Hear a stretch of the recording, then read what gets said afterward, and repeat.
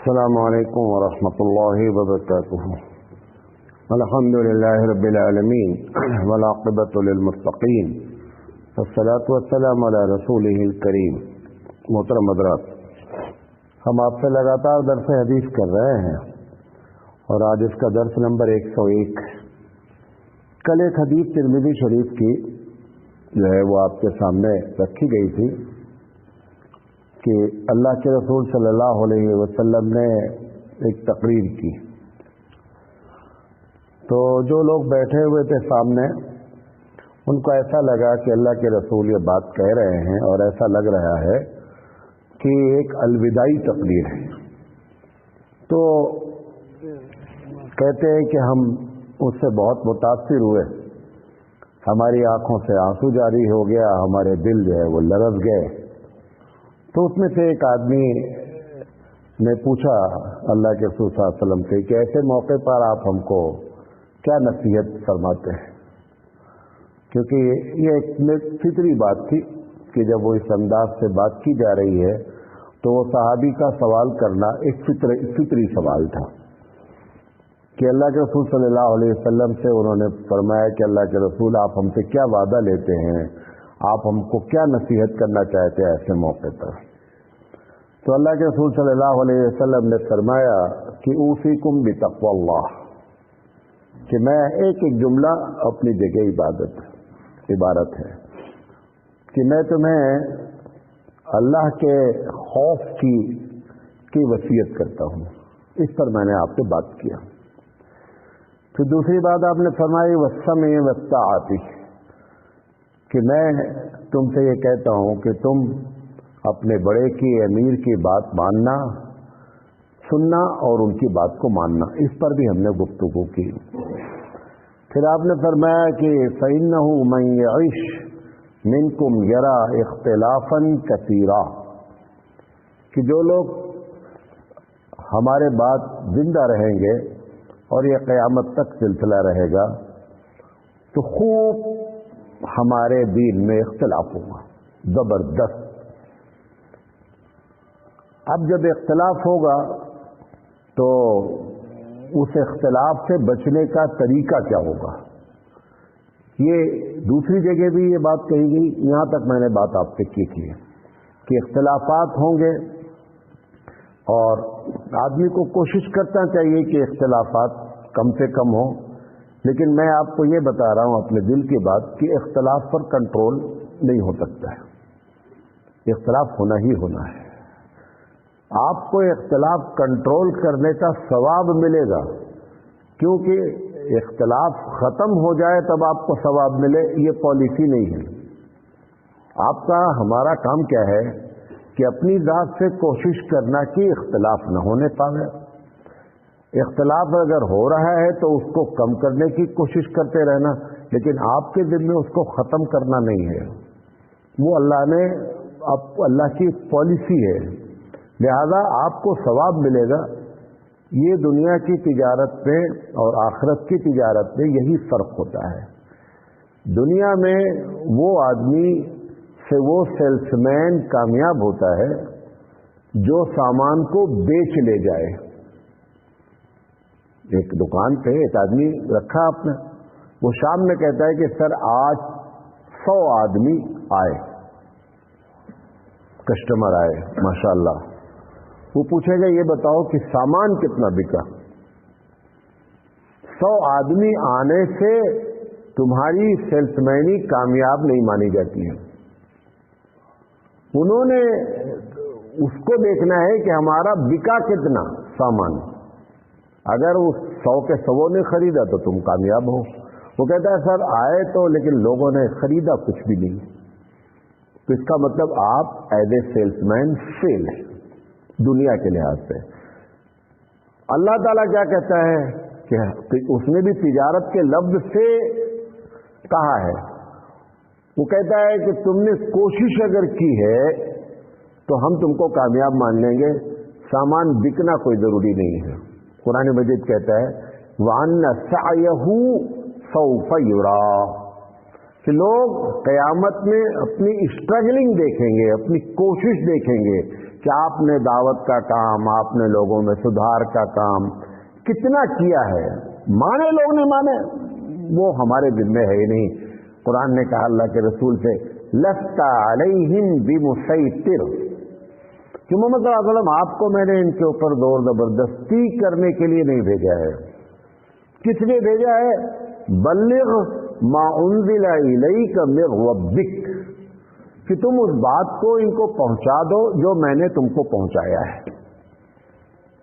ایک جگہ کہا انک لا تہدی من احببت ولکن اللہ یہدی من یشاء، کہ محمد صلی اللہ علیہ وسلم جس کو تم چاہو ہدایت مل جائے، کوئی ضروری نہیں ہے، ہدایت ہم دیتے ہیں۔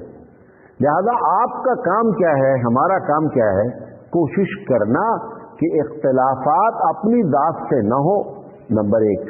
اگر سمجھ میں آ رہا ہے کہ اختلاف ہو گیا ہے تو اس کو کیسے کم کیا جائے آپ کوشش کرتے رہیں، لیکن میں آپ کو یہ بتا رہا، یہ سمجھ کر جیسے میں کہہ دیا کہ اختلاف تو کبھی ختم نہیں ہوں گے، تو فوراً نتیجہ کیا نکلے گا؟ جب مولانا اختلاف ختم ہی نہیں ہوں گے تو اس کی کوشش کرنے کا کیا فائدہ؟ نہیں، تمہارا ثواب کوشش پر رکھا گیا ہے، ختم کرنے پر رکھا ہی نہیں ہے۔ بات سمجھے نہیں سمجھے؟ یہ بہترین سودا ہے کہ کوشش کی بنیاد پر اللہ نے آپ کا ثواب رکھا ہے۔ اب وہ اختلاف کیسے کم ہو سکتا ہے؟ کم سے کم ہو سکتا ہے، ایک دم نہیں ہو سکتا ہے۔ اس کی جو کوشش کا طریقہ بتایا جا رہا ہے وہ ہر آدمی کو سمجھ لینا چاہیے، اور اگر اسی بات کو سمجھیں گے تو اختلاف کم سے کم ہوگا۔ اگر اس کو نہیں سمجھیں گے تو اتنا اختلاف ہوگا کہ آپ گن نہیں پائیں گے، گنا نہیں جا پائے گا کہ کتنا امت میں اختلاف ہوا ہے۔ وہ ایک بات آپ نے فرمائی وَإِيَّاكُمْ وَمُحْدَثَاتِ الْأُمُورِ، کہ لوگوں نئے کام کرنے سے بچنا، نیا کام نہیں شروع کرنا۔ اب ایک آدمی جب نیا کام شروع کرتا ہے تو بعض لوگ اس کو پوری بات سمجھ لیں کیونکہ یہ اہم بات ہے۔ نیا کام دوسری جگہ حدیث میں کیا آیا کہ من احدث فی امرنا ھذا ما لیس منہ فہو رد۔ نئے کام سے کون سا مراد ہے؟ ہمارے بعض علماء، بریلوی علماء خاص کر، جب ہم یہ بات کہتے ہیں تو فوراً کہتے ہیں کہ نیا کام اگر بچے تو نیا کام تو آپ مولانا صاحب چشمہ بھی لگاتے ہیں، نیا کام تو آپ ریکارڈنگ بھی کرتے ہیں، نیا کام تو آپ نے پنکھا لائٹ بھی لگا رکھا ہے۔ یہ بہت بڑی غلط فہمی ہے جو پبلک میں پھیلائی جاتی ہے۔ اللہ کے رسول نے فرمایا کہ نیا کام جو ہماری شریعت میں کیا جائے، یہ آپ نے چشمہ لگایا، یہ آپ نے لائٹ لگائی، یہ آپ کی ضرورت ہے۔ کیا ہے؟ ضرورت ہے۔ اگر اس چشمہ لگانے میں آپ نے نیت یہ کیا کہ چشمہ لگانا ثواب ہے، اس کا مطلب آپ نے چشمہ لگانے کو دین سمجھا، اب آپ نے نیا کام کیا۔ جب تک شریعت میں نہیں ہو، ایک ایک جملہ سنیں، جب تک شریعت میں نہیں ہو، جب تک ثواب کی نیت سے نہیں ہو، تب تک کوئی نیا کام منع نہیں ہوگا، سوائے اس کے کہ اس نیا کام سے اسلام اور مسلمان اور انسانیت کو نقصان پہنچے گا تو منع کیا جائے گا۔ تین باتیں کہیں، اسلام کو نقصان پہنچے اس نئے کام سے، مسلمان کو نقصان پہنچے، انسانیت کو نقصان پہنچے۔ اگر آپ کے اس نئے کام سے تو اس کی وجہ گناہ ہوگا دوسرا، ورنہ کوئی کام دنیا میں جو آپ نیا کر رہے ہیں جب تک ثواب کی نیت سے نہیں کریں گے، جب تک شریعت سمجھ کر نہیں کریں گے، جب تک اس کو لازم سمجھ کر نہیں کریں گے۔ کتنی بات بولا؟ تین باتیں بولا۔ جب تک لازم نہیں سمجھیں گے، جب تک شریعت نہیں سمجھیں گے، جب تک ثواب نہیں سمجھیں گے، تب تک وہ نئے کام میں شامل نہیں ہوگا، جس کو بدعت کہا جا رہا ہے وہ نہیں ہوگا۔ ایک آدمی دولہا بنتا ہے، اوپر سے نیچے تک پھول پہنے ہوئے ہیں، وہ پھول پہننے کی وجہ ثواب ہے اگر تو بدعت ہو جائے گا، اگر ثواب نہیں ہے تو लाजिम अगर समझ रहा है तो भी गुनाह होगा, क्योंकि हर लाजिम चीज का मतलब कि आपने उसको शरीयत मान लिया, वरना लाजिम ना होती कोई चीज। तो लाजिम नहीं होना, शरीयत में नहीं होना और सवाब नहीं होना, इसके अलावा जितना भी नया काम होगा सब जायज होगा। शर्त यह है कि वो इस्लाम, मुसलमान और इंसानियत के खिलाफ नहीं हो। हुजूर अकरम सल्लल्लाहु अलैहि वसल्लम फरमा रहे हैं, वइय्याकुम मुहदसातिल उमूर, के लोगों नए नए काम करने से बचना। और दूसरी जगह क्या फरमाया, मन अहदसा फी अमरिना हाजा, कि जो मेरी शरीयत में नया काम शुरू करे और वो उसमें मौजूद नहीं है, फहुव रद्दुन, वो मरदूद है, फेरा हुआ है, उसकी कोई भी, ये बुखारी की रिवायत है, उसकी कोई हैसियत नहीं है। तो आदमी नया काम कभी क्या क्यों करता है, वो उसकी जरूरत है, नंबर एक। नंबर दो, उससे अच्छे नताइज बरामद होते हैं। जैसे मिसाल के तौर पर हम लोग जमाती आदमी हैं, हम कहते हैं कि 3 दिन के लिए आप निकलें, ये कभी नहीं कहे कि ये 3 दिन निकलना सुन्नत है। आप बोले ये हमारी जरूरत है, इसके नताइज अच्छे बरामद होते हैं। वरना अगर ये जुमला आप बोलेंगे कि 3 दिन निकलना सुन्नत है, तो आपको फिर फौरन कुरान हदीस से दलील क्या करना पड़ेगा, देना पड़ेगा, जो कि मौजूद नहीं है। और अगर ये मान लेंगे कि 3 दिन का निकलना जरूरी है, तो मौलाना इलियास रहमतुल्लाह अलैह से पहले से लेकर के और अबू बकर तक सब गुनहगार हो जाएंगे। बात तो समझे नहीं समझे? जो लोगों को एतराज हो रहा है जमात पर, उसकी वजह क्या है, ये बोलने वाले ऐसे जुमले बोल देते हैं, ऐसे जुमले बोल देते, ये जुमला नहीं बोले। जैसे हम मदरसा चलाते हैं, आप हमसे पूछे मौलाना साहब आप 8 बजे मदरसा क्यों शुरू करते हैं, कहां कुरान हदीस में लिखा है? ये हमारी जरूरत है। जिस दिन हम ये कहेंगे कि 8 बजे मदरसा को शुरू करना दीन में है, सवाब है, हमको फौरन कुरान हदीस से क्या करना पड़ेगा, दलील देना पड़ेगा। लिहाजा कभी भी इसी बात को, जैसे ही आप ये कहेंगे सुन्नत है, तो इसका मतलब कि हबीब मुस्तफा ने ये बात कही है। अब हबीब मुस्तफा ने बात नहीं कही है, तो फिर हबीब मुस्तफा पर झूठ बोला गया है। हबीब मुस्तफा पर झूठ बोलने की सजा हुजूर ने फरमाया कि मन कज़ब अलैहि मुतअम्मिदन फलियतबव्वा मक़अदहु मिनन नार, रवाहुल बुखारी, कि जो आदमी मुझ पर जानबूझकर झूठ बोले वो अपना ठिकाना जहन्नम बना ले। ये छोटी मोटी बात नहीं हो रही है, खतरनाक किस्म की बात है। लिहाजा जब कभी सुन्नत बोले, सवाब बोले, जब तक आपको ना यकीन हो कि ये हमारे रसूल ने कहा है, अल्लाह ने कहा है, सहाबा का अमल है, जब तक इससे टहनी नहीं करता है, खुदा के वास्ते नेकी करके गुनाह न कमाएं। नेकी करके गुनाह कमाना बहुत, एक क्यों, नेकी करके जो गुनाह कमाता है वो कभी तौबा नहीं करता, नोट कर लें। क्योंकि उसके दिमाग में क्या भरा हुआ है कि मैं क्या कर रहा हूं, मैं अच्छा काम कर रहा हूं। अभी आपने फजर की नमाज पढ़ी, अच्छा काम किया, जाकर के आप अभी घर पे तौबा करेंगे कि अल्लाह बहुत बड़ी गलती हो गई, मैं फजर पढ़ा, कभी नहीं करेंगे। क्यों? क्योंकि आपने ये समझ कर किया है कि ये नेक काम है। और अगर शराब पी एक मुसलमान ने, हर वक्त चांस है कि वो तौबा कर ले अल्लाह से, क्योंकि उसको हर वक्त एक है कि मैं जो काम कर रहा हूं, क्या कर रहा हूं, गलत कर रहा हूं। लिहाजा तौबा हमेशा गुनहगार करता है, बिदती कभी तौबा नहीं करता है। बिदती कभी तौबा नहीं, हुजूर फरमाया बिदती कभी तौबा नहीं करता, क्योंकि उसने बिदत किया है क्या समझ करके कि ये नेक काम है। नेक काम का करने वाला कभी तौबा नहीं करता, लिहाजा ये तौबा से महरूम रहता है। शराबी, गानी, चोरी करने वाला, ये सबके चांसेस हैं कि किसी वक्त अपने अल्लाह के दरबार में रुजू कर ले और तौबा कर ले। लेकिन ये नेक काम करने वाले कभी तौबा नहीं करते, नोट कर ले। लिहाजा नेक काम के करने में जितना होशियार रहना है, उतना बुराई करने में आपको होशियार रहने की जरूरत नहीं है, क्योंकि बुराई का जो सेंसर है वो अल्लाह ताला ने लगा रखा है, आपको बताता है कि ये बुराई है। धीरे कार चलाओगे कभी टी टी घंटी नहीं बजेगी कि तुम धीरे क्यों चला रहे हो। घंटी कब बजेगी? जब आप 120 के ऊपर जाएंगे। सही काम करने में घंटी नहीं बज रही है, अल्लाह ने घंटी रखी है गलत काम पर। गुनाह करोगे, सेंसर है अल्लाह ने दिल में रखा है, अगर उस सेंसर को तुम कवर्ड कर दोगे तो मुमकिन है कि अब आपको गुनाह करना भी मालूम न रह जाए।